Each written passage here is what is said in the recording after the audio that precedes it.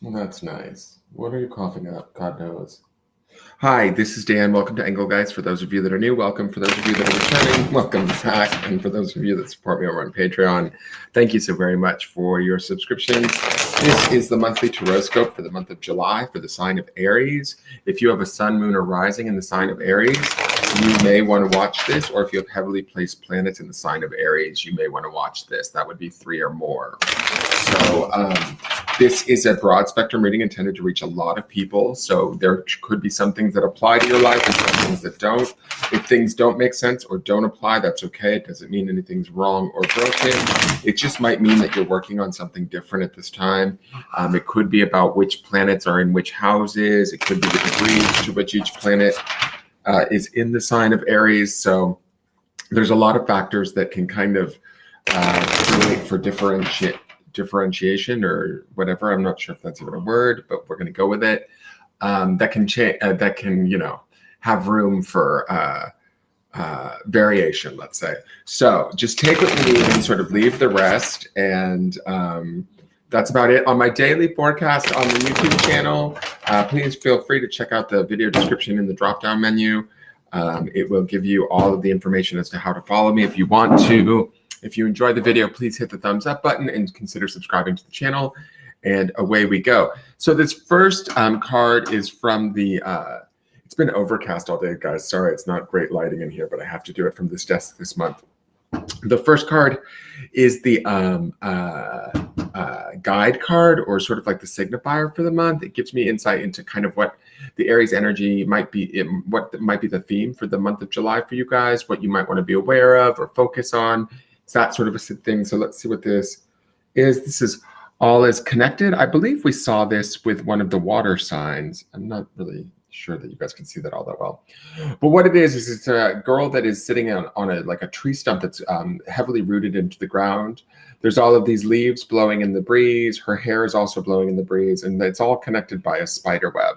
What I like about this is there's like this sort of air, earth, nature element going on in this card where everything is all connected. It is card number 12, which numerologically adds up to a 3, which I always take 3s as the mind, body, spirit connection, right? When we take those 3 aspects of the self and bring them into alignment or into sort of a into like kind of support of one another and equality, that's when we're kind of at our most powerful. That's when we're able to see sort of the most clearly. When I look at this, though, what's really catching my attention with this is the blowing of the leaves. If there's any storms for Aries or any challenges for Aries, I have a feeling that this is the month where we're going to just need to ground and be patient and see our way through it. And so keep that in mind as you move through this month. If things feel like they're being stirred up, challenged, rearranged, it's not necessarily a bad thing. I would say don't fight it because it almost feels unfightable, if that makes sense. And that ultimately this idea or this phrase of all is connected is that there is an outcome in this that will serve you in the end, is the feeling that I'm getting. So just kind of let that like find faith in that idea, and then let that sort of help you to ground and just sort of move your way through whatever changes may take place. The changes may not necessarily always be negative, right? They could be things that we want to see rearranged. So allow that to happen. But for some reason, all of these leaves blowing around, it does feel a little bit maybe unexpected or unwanted. At first, we might feel as though like, hey, wait, is this what I want? This feels like it's outside of my control. That's okay. Let it go, Aries. Let it go.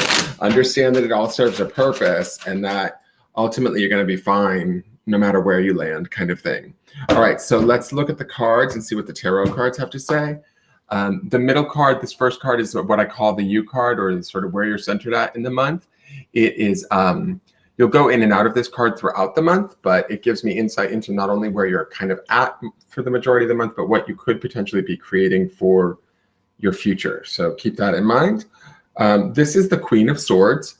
Not a bad card to have. She's always sort of forward thinking. She is the complementary suit of air, which I like because Aries is fire. So you guys can certainly, utilize her to the fullest of her ability. She's about honesty. She's about integrity. She's about thinking clearly. She's about making clear, defined decisions, possibly even boundaries or setting up of boundaries. I feel like there is this kind of focus to the future. One is that the Queen of Swords to me is always for sort of future oriented, the way that she's positioned in any traditional deck. And also this cat here is also facing to what I consider the future of the reading. But the thing that kind of interests me too is that this woman, I don't know how well you guys can see this card, her hair is also pointing or blowing towards the future. To me, that makes me think of our thoughts, our mind, our headspace is maybe geared towards the future too, and how we're going to get there, how we're going to move ourselves to where we want to be, and the truth involved in that, right? So the Queen of Swords is oftentimes analytical.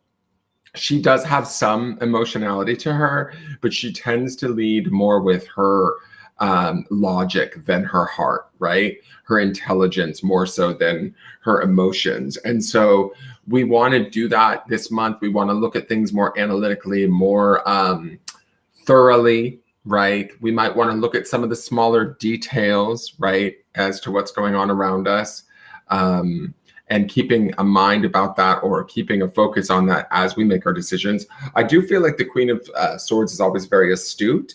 So I feel like my Aries will be wise in whatever it is that they do choose. I do get a slight sort of reluctance from this particular Queen of Swords in this reading. I'm not exactly sure what that is that I'm feeling. There might be decisions that you're making internally within your own head that you haven't actually put forth yet or said out loud, but you know kind of throughout this month what you're going to do or what your plan is as you take in all the information around you, if that makes sense. And that some of this all is connected too. So if things do feel like they're stirred up or changing or shifting, this Queen is going to work in your favor, is my feeling, because she's at her sort of most intelligent, also sort of a little bit compassionate space where she will be wise and guide you, or at least you will be wise and make your decisions off of trying to have all of the information, if that makes sense. Now, the next card is the Foundation card. This is sort of what happened in the past that led things to be the way that they are today. It can also be the memory of this card that holds everything in place or is driving everything into the future. So that's why we look at this. So this is the High Priestess. Talk about secrets. This is really weird. There's something going on with the fire signs in this month of July, because there seems to be a fair overlap of this idea of truth and secrecy. I don't know why. The first sign that I did, which was Leo, this was their center card, was the High Priestess. High Priestess is the sign of Pisces. She's highly spiritually evolved. She's very much connected to the other side. She tends to be based in secrets. When I think about this from the past, I think about maybe this would be about somewhere where we, in the past, we had to rely more on ourselves than anybody else. The Queen of Swords to me would kind of be like that in a way, but like a lighter version of that, or a more analytical version, where this is the High Priestess would be a more spiritual version, if that makes any sense, right? She's more keyed in, turned on, and connected. She's not necessarily in need of others' opinions. She's not necessarily in need of validation from anyone else.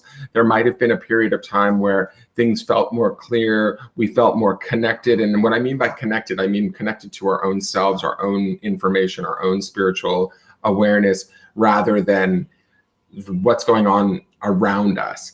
Now, though, to me, it looks like we're kind of like the focus might be a little bit on what's going on situationally around us, because I see that sort of analytical nature of the Queen of Swords and the decision making that she's capable of doing, or is usually meant to be doing. And then also the stir up of all of these sort of components going on around us this month, where we need to figure out where we fit in, where we connect into all of this, and what is the best decision to move ourselves forward.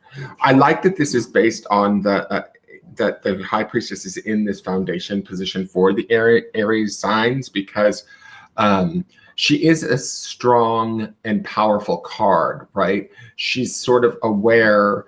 She's keyed in, she's tuned in. She's not necessarily the most open or available of cards, but she certainly isn't going to steer us wrong if we pay attention to the signs, if we listen to everything, if we take it all in, and we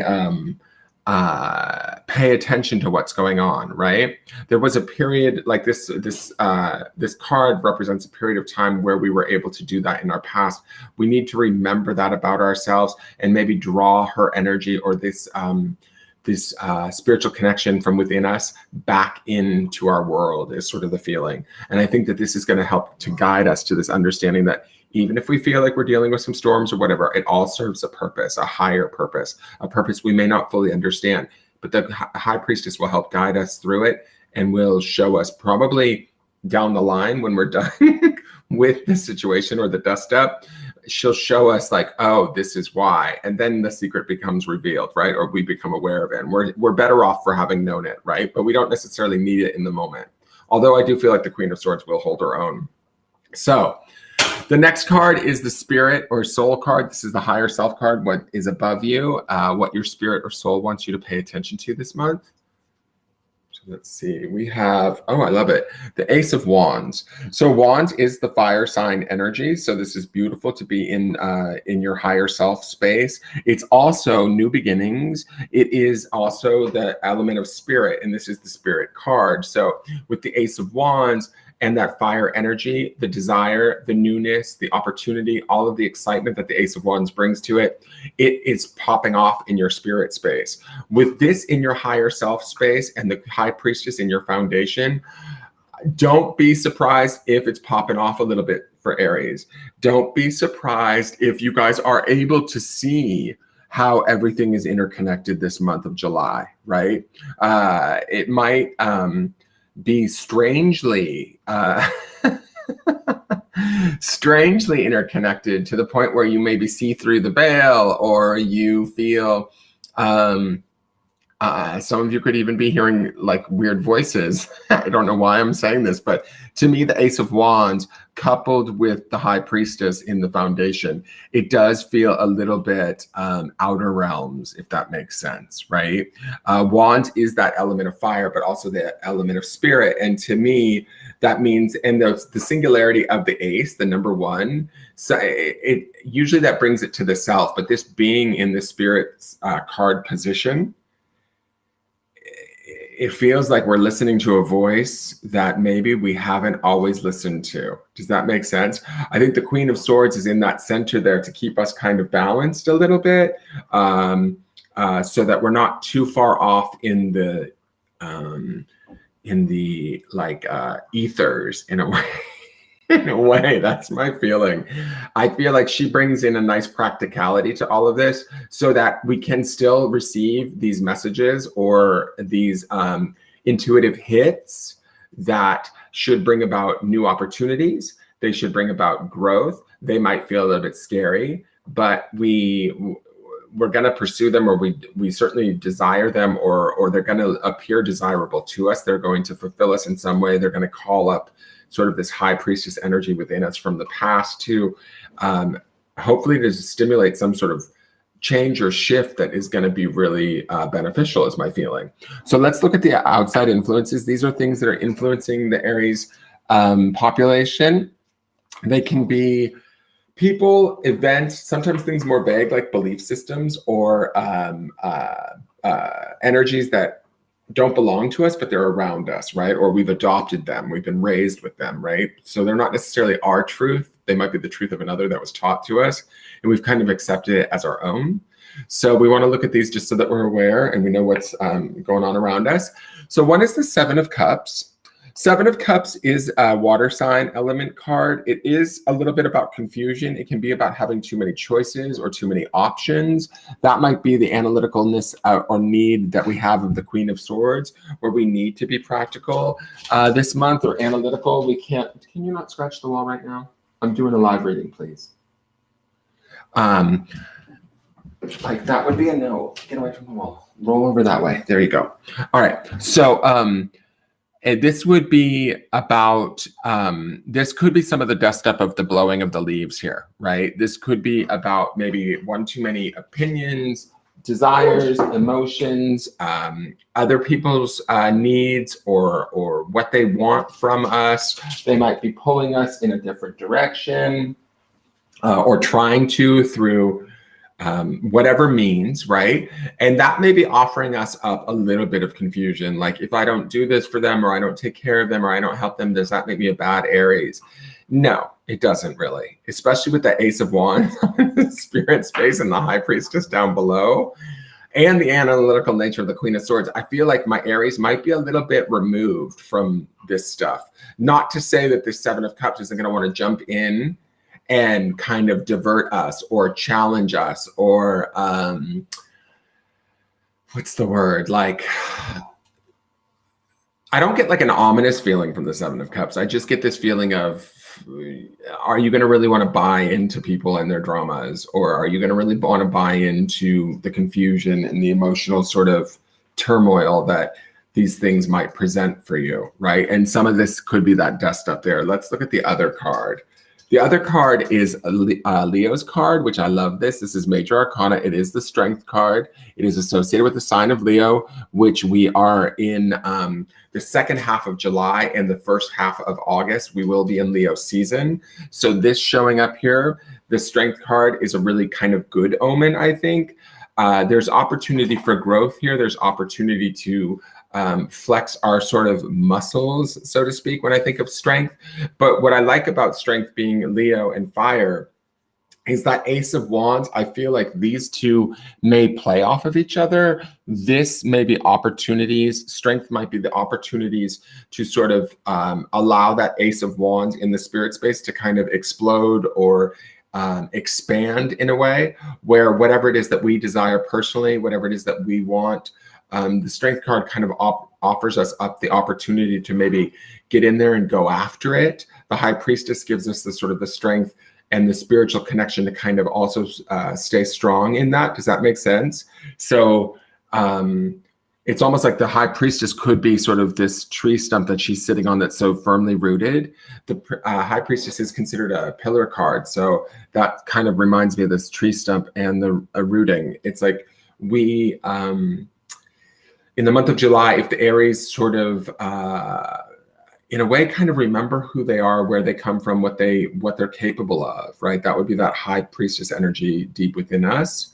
Allowing that to kind of bubble forth or be our source of grounding, we can enact major expansion and change within our spiritual awareness of our own self, where we fit in the world, what we want, how we desire it. The Strength card brings us the opportunity to have it. We may need to be strong in the sense, or we may need to like sort of exert our, I don't know if exerting force is the right way to phrase this, but like taking action, going after it, not stopping for anyone else, not letting others and their stuff kind of get in the way of us going after what it is that we want. The Ace of Wands also kind of indicates not only the newness of that, but we may not even know completely what it is that we want right now. We could be in the beginnings of a very new chapter for ourselves at a deeper level, is kind of the feeling that I'm getting. It's exciting. It's there should be optimism around it, and there should be opportunity around it. We just need to be like, I feel like that Queen of Swords in the center is telling the Aries to be like analytical in nature, check everything out. Like, it's almost like in some ways, especially with that Seven of Cups on the one side there, it's like kind of like be really aware of what you give your energy to, what you give your attention to, because there's something else like on offer this month that means more to you guys. It's the feeling that I'm getting, because that High Priestess, that Ace of Wands, it feels like otherworldly to me. So it feels like, and it doesn't feel like you guys maybe understand exactly what it is, because that Ace of Wands and the High Priestess too, she's secretive. So it may not be so quite clearly defined yet. So the Strength card comes in. It offers an avenue for you guys to grow and achieve this or pursue it, even though you may not necessarily know exactly what or how to go about pursuing it as of yet. I hope that makes sense. That's sort of where these cards are taking me. Like, to me, when I look at this reading or I look at these cards, it'd be real easy to get caught up in the Seven of Cups, because the Seven of Cups to me is not threatening in any way, but it's just sort of like day-to-day life shit. It's people and their needs. It's the dramas of day-to-day life, right? And sometimes addressing those and solving those things feel like we're getting things accomplished and done. But really what we end up doing is taking ourselves down a road we don't need to go down, is almost like a time suck, or that's how it feels to me. All right, so the next card is the potential outcomes card.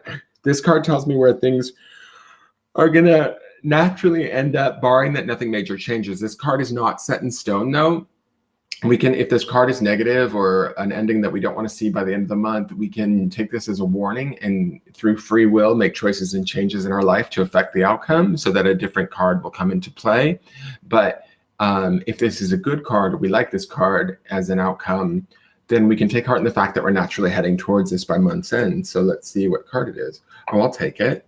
So this is Temperance. This is your other sister sign. So this is the sign of Sagittarius.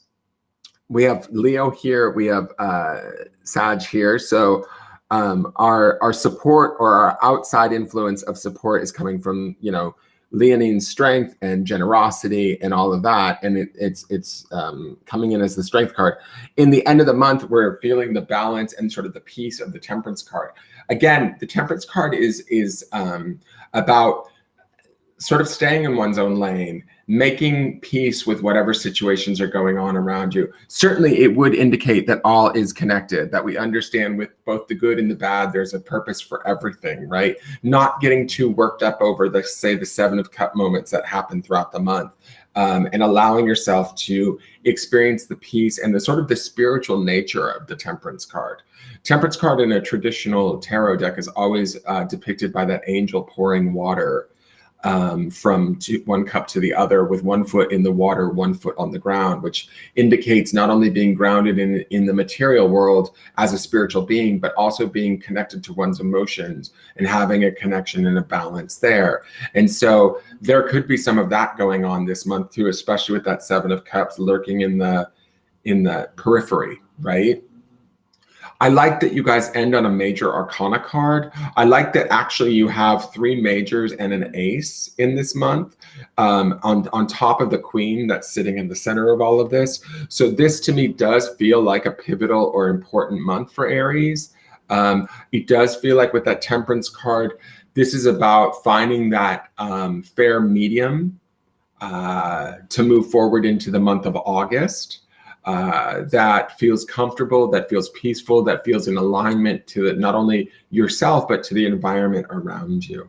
And so I think in the end, will Aries get what they're seeking or what they want? Quite possibly. I think this Temperance card could be some form of further evolution of whatever that Ace of Wands is in that spirit space, right?